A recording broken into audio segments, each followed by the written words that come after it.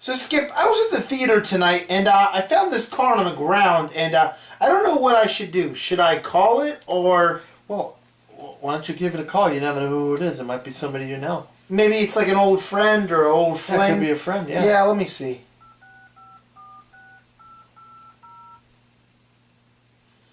You know, maybe it was like an aunt I haven't talked to, or maybe an old buddy or something. Lost relative or something. Yeah, I found it on my car. I'm not sure who it is. Oh, it's ringing. It's ringing. Can you believe that? It's ringing. Hey, I gotta take this. Wait. Who takes phone calls in the middle of the show? I don't understand. Hello, I'm in the middle of something very important. Can you hold on a minute? What's going on? I gotta take this. What? He put me on hold. Hello? Who is this? What do you mean, who is this? Who are you? Wait, I asked you. Who is this? It's Skip from the Best Damn Movie Show.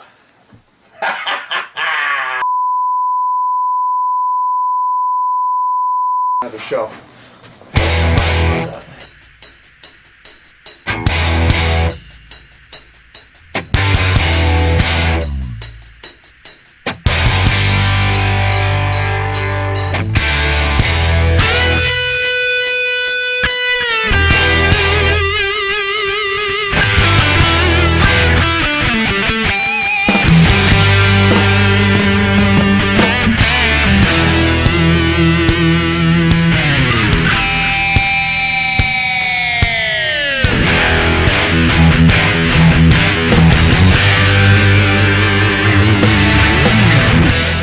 Hey, what's up, peeps? My name is Lachlan Monroe. You're watching Vinny and Skip on the Best Damn Movie Show on YouTube.com. And welcome to the Best Damn Movie Show. I'm your host, Vincent. Alongside, as always, the man that sits in the fourth row from the fourth row, Dan Skip out. How you doing, Dan? I'm having a great evening. We got to see a very, very funny sequel. Well, yeah, I mean, you thought it was funny. I absolutely loved it. Did you like that skit that those guys did on the beginning of the show? Yeah, who were those guys doing that crazy You know what? skit? I don't know. I think I've met the guy in the blue at one point. I can't remember his name. Yeah. I don't know what his name is. I don't think I can't remember. We gotta follow those guys on YouTube. Yeah, we should follow them on all social media. Yeah. Make sure you guys go to thebestdaymovieshow.com and follow those guys because they're pretty funny. Yeah, they're pretty clever guys. Yeah, they are. You're gonna get a kick out of them if you follow them. Well, welcome to the show. It is the middle of November, the very first week of November.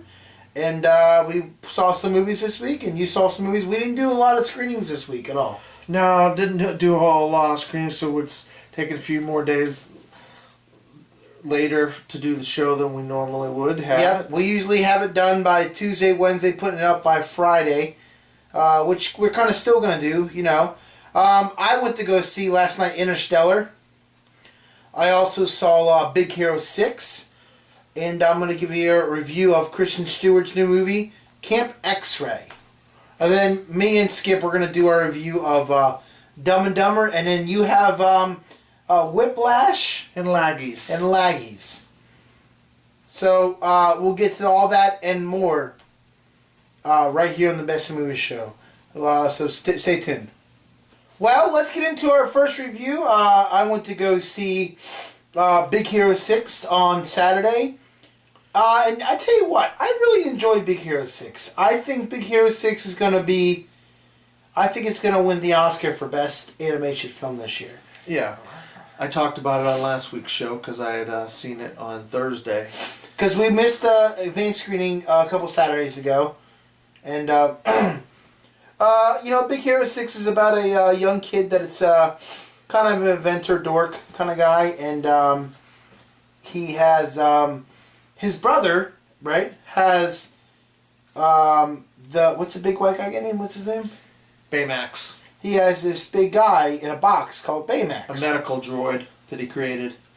And what the point of the movie is him trying to create something that's breakthrough. And and it's kind of interesting because they have that beginning that says, it's called San Tokyo. Is that what it's called? San Francisco. Oh, San Francisco, and that's where they live, which is kind of San Francisco and Tokyo put together, which is kind of clever. And I don't want to give away too much. Is there anything else you can say before I give it all away? No, you pretty much do. You know, he catches him hero playing, doing like robot fights and in the alley, and he wants to try to make him do something good with his abilities. And he takes him to his job.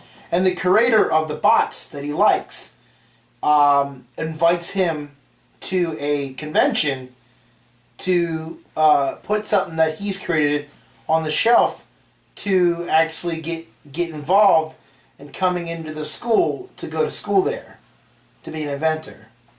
It's a good kids movie. I'm going to give this movie a 7 out of 10. I really enjoyed it. It's probably going to be, if not my number 1, my number 2 on my best animated films of 2014. Yeah, it's a real good movie. Like I said, I saw it last Thursday. I really enjoyed everybody in it. We haven't seen some of those actors in a while that voice some of the characters. We have Damon Wayans Jr., James Cromwell, and some newcomers. You had Genesis Rodriguez, Jamie Choi, Now, Damon Wayans Jr., he's trying to take off his father, Damon Wayans. He's trying to do a whole acting career. Oh, is he? Because his first film came out in July, Let's Be Cops. Oh, that's right. Let's Be Cops came out early August, late July. Yeah, that was his first film. Oh, okay. So he's going to have. He had a good year then. If those two movies, not that I was a big fan of Let's Be Cops or not, but that movie did very, very well, and Big Hero 6 is going to do. Let's just put it this way: there wasn't a lot of comedies. No, it was Tammy, a bad year. Tammy wasn't that good. Bad year for comedies, except for one of the movies we saw this evening. The movie we saw this evening. Well, let's talk about Whiplash. Whiplash stars Miles Teller as Andrew and J.K. Simmons as Mr. Fletcher, Terrence Fletcher, and he sees Andrew in class working on his drumming, and I guess he's been a drum fan, a jazz drum fan, and wanted to play these kind of drums since he was like 15 years old. So he goes to this college in New York. It's like the best jazz band school if you want to get into jazz or get into orchestras or whatever, or places like that. And so he recruits him to join his big band, and the thing is, he's really, really hard on Andrew.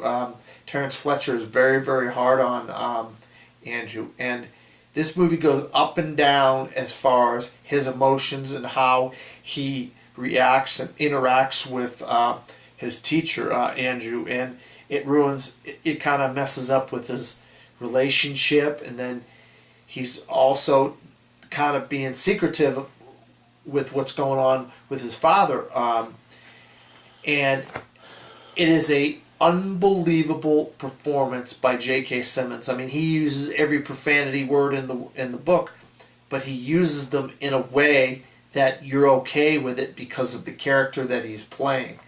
If he was just playing some normal guy and he started using all this profanity, we wouldn't take it. But because of who he is, this is like a sports movie in a way, except in the world of big bands and jazz bands and whatnot.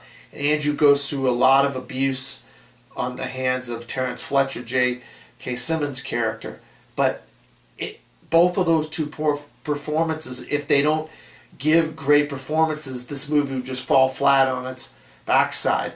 But I think J.K. Simmons is a lock for the Oscar in supporting role. I have not seen someone in a supporting role any better than him all year long. Now, J.K. Simmons had a TV show on NBC about he was playing a blind guy. Yeah, I can't remember the Fitzgeralds or something like that. I can't remember the name of But that's him, right? Yeah, and he played J. Jonah Jameson in the first trilogy of Spider-Man movies. That's right, yeah, he did. and he was in not Prison Break, but Oz, the prison TV show on HBO. So he's used to playing a lot of different kinds of characters. He could really take it in a serious way. I give this movie the biggest I can give, and it's a big see it for me for Whiplash. I went to go see Interstellar. This was starring Matthew McConaughey, Anne Hathaway, and very surprised to see him because I actually did not know he was in it. When he turned around, I'm like, "That's John Nicholas." I never get his last name right. Matt Damon? No, and no, John from 30 Rock from the Sun. Oh, Joseph Gordon-Levitt. Oh, not Joseph. John Lithgow. John Lithgow. That's right, Yeah. John Lithgow. Yeah. What are you talking about? I don't know who you were talking Would you about. say Matt Damon? No, Matt Damon didn't come into the end. He was a sleeper too. I didn't know that he was going to be in this movie either. I knew he was going to be in it. I thought he was the voice of the robot Tars. Didn't he sound like Tars? He was. He was. But he wasn't, though. He wasn't the voice. No? No, I looked it up. It's somebody else. Really? Yeah. Well, what the movie's about is that Matthew McConaughey plays this character where Cooper? That's right. He plays Cooper, where he's trying to figure out how to figure out where the whole movie's about them trying to figure out after their planet goes bad, where else can they go to live on another planet. So what's mind blowing of this is like I didn't even know that Christopher Nolan could make such a masterpiece. He studied black holes and wormholes and space travel and gravity and all that stuff. He wanted to make the most realistic portrayal of if we had a problem on this planet, if our food supply or water or air was washed up, could we go to another galaxy and figure a way to find a new planet? And he studied a lot to come up with the most realistic portrayal of that in this movie, and that's what Interstellar is basically about, Vinny. Yeah, and what I like about Interstellar is he goes to this planet, and an hour on the planet is 7 years on Earth.